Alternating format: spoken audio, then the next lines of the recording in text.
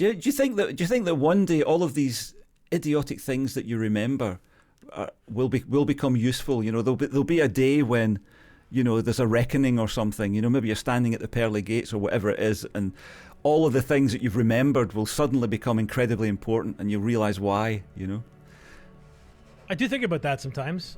You know, I often, even when I'm helping guys at work, like people are asking me questions, and I'm often pulling from things that happened to me once 15 years ago.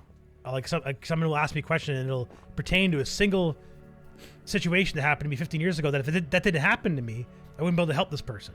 You know, and that happens all the time. And it makes me think of that movie, that Danny Boyle movie, Slumdog Millionaire. Oh yeah, You ever see that one? Yes, I've seen Yeah, that.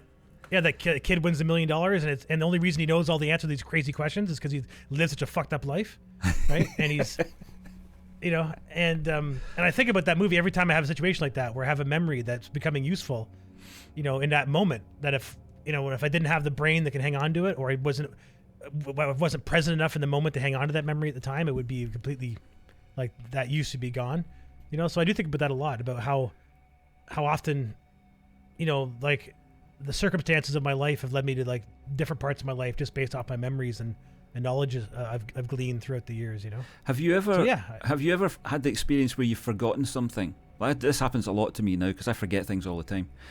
But what interests me is, how do you remember? Because there's a weird thing that happens if you've forgotten something like Ian Anderson's name, for example, which I was getting confused between the Andersons earlier. Now, I've known for decades that there's two Andersons in Prague. I've known that for decades. In that moment, I just forgot about the names. But if I forget something, and I should know it, and I'm thinking, I should know that. Why don't I know that? And I look it up on Google, and before I get the answer, I'm thinking, right, this is the state of mind I'm in right now, where I don't know the answer to this question. And in about 10 seconds time, I'm going to know the answer to that question. And I want to chart how my mental state changes once I know that thing. You see what I mean? You see what I'm doing? Yeah. And I look at the result and I go, that's it. And then I go, there was no change. There was no change. Now I simply know. But there's no state change. It's weird, I think. Do you ever have that, or do you ever think about that? I haven't thought about that exact state, the thing you're talking about, but I have been struggling recently with. I've been writing songs for Mackenzie, like, just out loud, like I sing to her, and There's a song I sung over and over again the first couple of weeks we had her where it was cemented in my memory, and I completely forgot the song. Oh. And the other day I started singing it again the other day. It's out of the blue. It just came to me, and I remember thinking, like, how'd that happen? This is gone. It's gone again. I can't remember it again. Like, since that moment, I wish I recorded it. But it's funny because my wife started singing along, like, the melody with me, and she's like, "Where'd that come from?" That's so I made that up when Mackenzie was like a week or two old. And she's like, that song has been in my head for months now. Like, that song you made up has been in my head, and now you're singing it again. Now I know where it's coming from. Yeah. She's like, it's nice. You should write that. You should make that a song. I said, well, I'm planning on it, but I can't for the life of me fucking remember it. But it'll happen again. I'm sure in the next month or two, there'll be a moment that triggers that. Whatever it is about her triggers that in me, right? So I've been trying to figure that out. Like, this thing doesn't exist without her, and yet I can't manually recall it for some reason right now. That is a weird one. That is a weird one. How memory works is a very, very strange thing. I had similar experiences with Lily. We'd make up stupid little songs. One was about it's a silly song, and one of the phrases was "big banana feet." You know, she had big banana feet.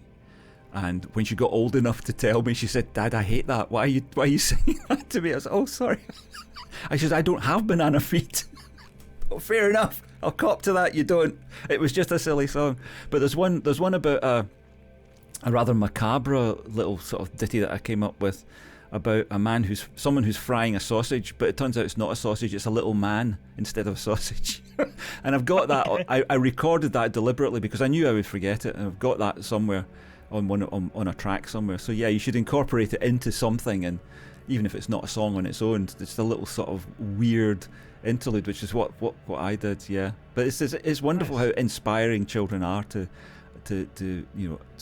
art and to creativity, generally speaking. It's such a wonderful thing, because they're in a completely different headspace from the rest of humanity, really. It's so wonderful to watch. It's absolutely brilliant. I love it. It is magical, and I do. Yeah, it's.